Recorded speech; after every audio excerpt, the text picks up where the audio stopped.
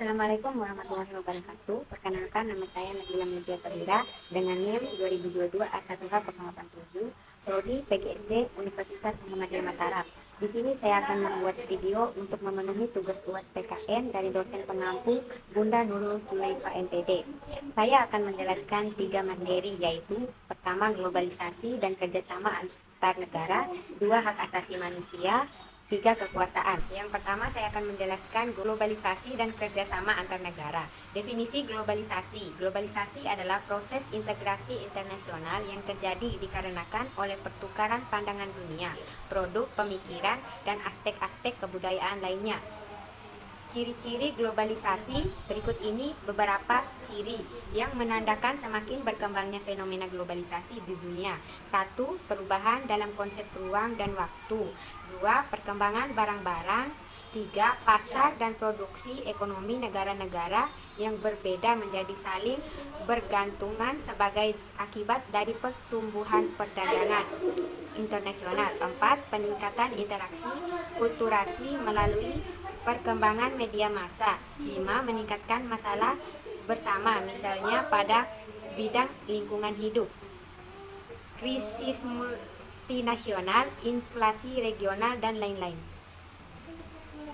Pengaruh globalisasi terhadap kehidupan berbangsa dan bernegara. 1. Pengaruh globalisasi ekonomi disebut juga globalisasi kapitalisme yang didukung oleh liberalisme ekonomi atau kapasitas pasar bebas. Banyak orang yang terkena dampak negatif yang luar biasa dari kekayaan yang diciptakan kaum kapitalisme. Akibat dari globalisasi ekonomi ini terjadi kesenjangan ekonomi di beberapa negara jauh lebih kaya daripada negara baru. 2. Pengaruh globalisasi bidang sosial budaya. Globalisasi mengubah bentuk kehidupan keseharian kita secara mendasar, sebab tidak bisa dipungkiri bahwa kehidupan pribadi kita diubah kekuatan globalisasi masuk di kehidupan pribadi kita, rumah, dan masyarakat baik. 3. Pengaruh globalisasi dalam bidang politik. Dalam suatu pemerintahan yang demokratis, rakyat menjadi penentu utama jalannya negara kita. Perkembangan teknologi dan ekonomi dunia telah menciptakan situasi yang berhubungan dengan kebutuhan rakyat melintas batas nasional menjadi internasional. Dampak positif dari bidang ini adalah menjalin kerjasama dari negara lain, menambah ilmu politik dari negara lain, mengetahui cara kerja politik luar negeri. Pengaruh globalisasi dalam kehidupan sehari-hari. 1. Karena adanya globalisasi, konflik sosial sering bermunculan dikarenakan takut tertinggal. Mereka memikirkan diri sendiri tanpa orang lain. Contohnya seperti di daerah elit pemukiman, hubungan itu dengan lingkungan sekitarnya sangat kurang harmonis. 2. Memang karena hukum di Indonesia bisa dijual beli, jadi hanya orang-orang tertentu yang bebas, sedangkan rakyat kecil pasti merasakan jeruji penjara. Contohnya seperti mantan Presiden Soeharto yang sudah terbukti korupsi yang merugikan rakyat banyak, tidak dipenjarakan, tetapi mengapa yang mencuri ayam dipenjarakan lama? 3. Penjabat-penjabat sekarang ingin merebut kekuasaan karena di era global ini mereka tidak ingin tertinggal atau terjajah dengan cara tidak baik. Contohnya, polisi yang sering menyalahkan gunakan kekuasaan dengan cara memukul orang dengan seenaknya. Dampak globalisasi bagi bangsa Indonesia. 1. Bidang politik semakin lunturnya nilai-nilai politik yang berdasarkan semangat kekeluargaan, musyawarah, mufakat, dan gotong royong. Transparansi, akuntabilitas, dan profesional dalam menyelenggarakan pemerintah negara semakin mendapat sorotan dari berbagai elemen masyarakat.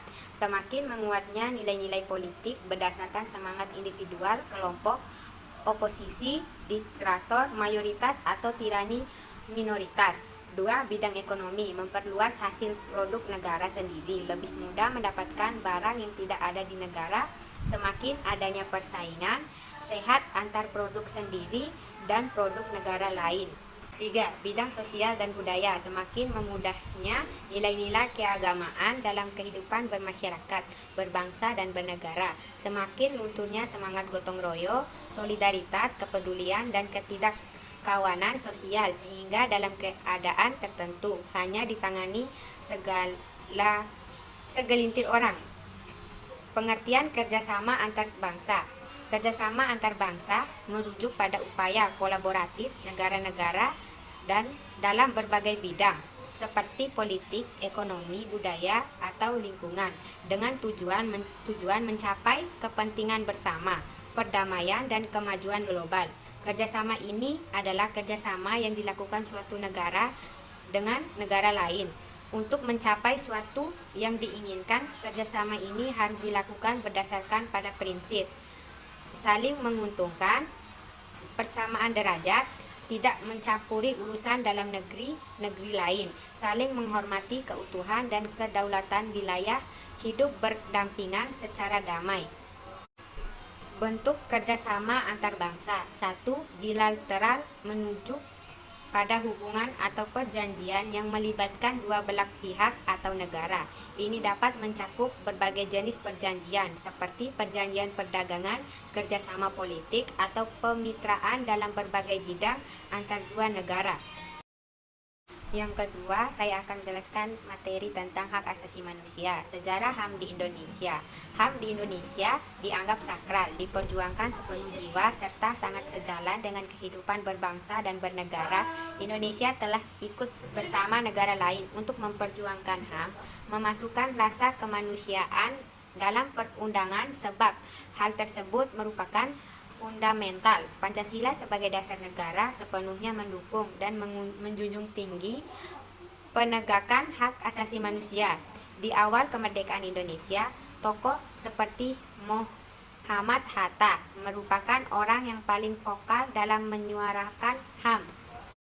Pengertian hak asasi manusia. Hak merupakan normatif yang melekat pada diri setiap manusia, yang dalam penerapannya berada pada ruang lingkup hak persamaan dan hak kebebasan yang terkait dengan interaksinya antara individu atau dengan intasi. Hak juga merupakan sesuatu yang harus diperoleh. Jadi hak asasi manusia adalah konsep hukum dan normatif yang menyatakan bahwa manusia memiliki hak melekat pada dirinya karena ia adalah seorang manusia. Hak asasi manusia berlaku kapanpun, dimanapun, dan kepada siapapun, sehingga sifatnya universal. HAM pada prinsipnya tidak dapat dicabut juga, tidak dapat dibagi-bagi, saling berhubungan dan saling bergantungan. Perkembangan pemikiran HAM. Perkembangan pemikiran HAM terbagi menjadi 4 generasi, yaitu generasi pertama berpendapat bahwa pemikiran HAM hanya berpusat pada bidang hukum dan politik. Generasi kedua, pemikiran HAM tidak hanya menuntut hak yuridis melainkan juga hak sosial, ekonomi, politik, dan budaya. Generasi ketiga menjanjikan adanya kesatuan antara hak ekonomi, sosial, budaya, politik, dan hukum dalam suatu keranjang yang disebut dengan hak-hak melaksanakan pembangunan. Generasi keempat yang mengkritik peranan negara sangat dominan dalam proses pembangunan yang terfokus pada pembangunan ekonomi dan menimbulkan dampak negatif seperti diabaikannya aspek kesejahteraan rakyat. Macam-macam hak asasi manusia. Hak asasi pribadi atau personal human right. Hak ini merupakan hak yang berhubungan dengan kehidupan pribadi setiap orang. Contohnya dari personal human right ini adalah kebebasan untuk menyampaikan pendapat, kebebasan untuk berpergian, bergerak, berpindah ke berbagai tempat, dan lain sebagainya. Hak asasi politik atau politic right ini merupakan hak asasi dalam kehidupan politik seseorang. Contohnya hak dipilih dan memilih, hak dalam keikutsertaan kegiatan pemerintah, hak dalam membuat penitis, dan sebagainya. Hak asasi ekonomi atau property right. Hak ini menyangkut hak individu dalam hal perekonomian. Contohnya kebebasan dalam hak jual beli, perjanjian kontrak, menyelenggarakan sewa-menyewa, memilih suatu dan memilih pekerjaan yang sangat pantas dan ikhlas. Ciri-ciri hak asasi manusia. 1. HAM tidak diberikan kepada seseorang, melainkan merupakan hak semua orang, baik itu hak sipil, politik, ekonomi, sosial, dan hak budaya. 2. HAM tidak dapat dicabut, dihilangkan, atau diserahkan. 3. Hak bersifat hakiki, yaitu hak yang sudah dan sejak manusia dalam kandungan. 4. HAM sifatnya universal sehingga berlaku bagi semua manusia tanpa memandang status, suku, gender, dan perbedaan lainnya. HAM dalam Perundang-Undang Nasional. Dalam Perundang-Undang Nasional RI, paling tidak terdapat bentuk hukum tertulis yang memuat aturan tentang HAM. Pertama, dalam konstitusi atau undang-undang negara. Kedua, dalam ketetapan MPR atau TAP MPR. Ketiga, dalam undang-undang. Keempat, dalam peraturan pelaksana perundang-undangan seperti peraturan pemerintah, keputusan presiden, dan peraturan pelaksanaan lainnya. Pelanggaran HAM dan pengadilan HAM. Pelanggaran HAM adalah setiap perbuatan seseorang atau kelompok yang termasuk aparat negara, baik disengaja ataupun tidak disengaja. Ciri-ciri hak asasi manusia. 1. HAM tidak diberikan kepada seseorang, melainkan merupakan hak semua orang, baik itu hak sipil, politik, ekonomi, sosial, dan hak budaya. 2. HAM tidak dapat dicabut, dihilangkan, atau diserahkan. 3. Hak bersifat hakiki, yaitu hak yang sudah ada sejak manusia dalam kandungan. 4. HAM sifatnya universal sehingga berlaku bagi semua manusia tanpa memandang status, suku, gender, dan perbedaan lainnya. HAM dalam Perundang-Undangan Nasional. Dalam Perundang-Undangan Nasional RI, paling tidak terdapat bentuk hukum tertulis yang memuat aturan tentang HAM. Pertama, dalam konstitusi atau undang negara. Kedua, dalam ketetapan MPR atau TAP MPR. Ketiga, dalam undang-undang. Keempat, dalam peraturan pelaksana perundang-undang seperti peraturan pemerintah, keputusan presiden, dan peraturan pelaksanaan lainnya. Pelanggaran HAM dan pengadilan HAM.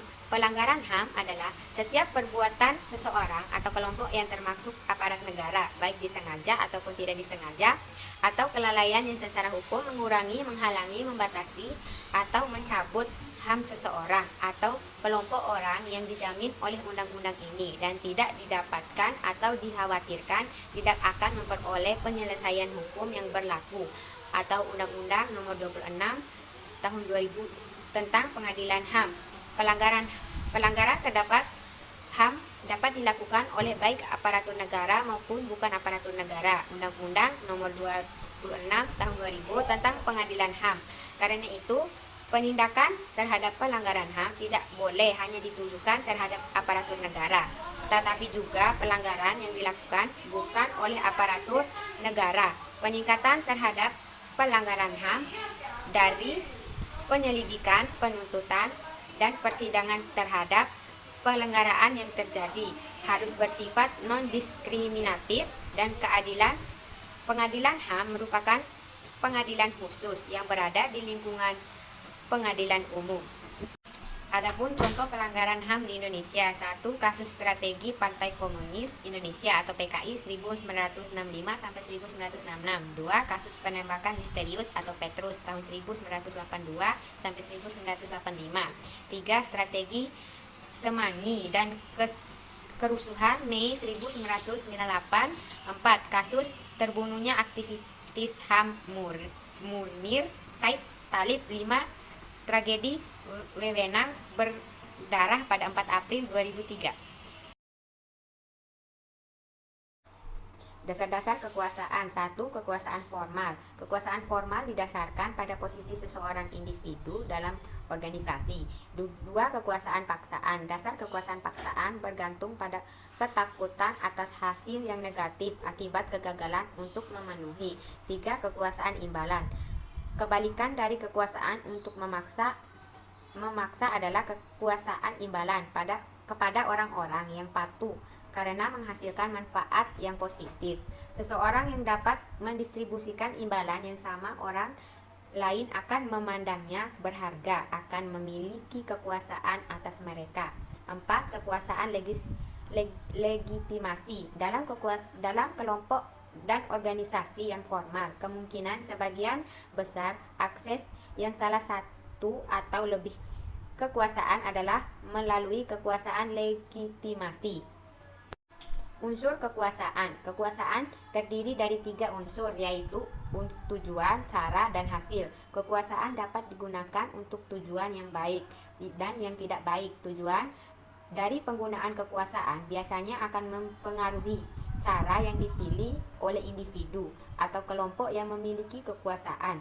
Jika pemegang kekuasaan memiliki tujuan yang baik, maka cara yang dipilih juga akan baik.